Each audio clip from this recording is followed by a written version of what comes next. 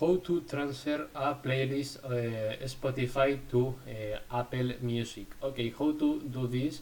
Okay, we're going to the Spotify and Apple Music account. Okay, in your navigator or in your phone. Okay, in your apps, and go to this. Okay, tunemymusic.com. Okay, go to do this go to this page, and here you transfer playlist between music services. Okay, here you click to the Spotify for the transfer to the Apple Music. Okay, you click to Spotify, and you sign in with your account. Okay, and with this page, okay, you transfer this playlist to the Apple Music. Bye bye.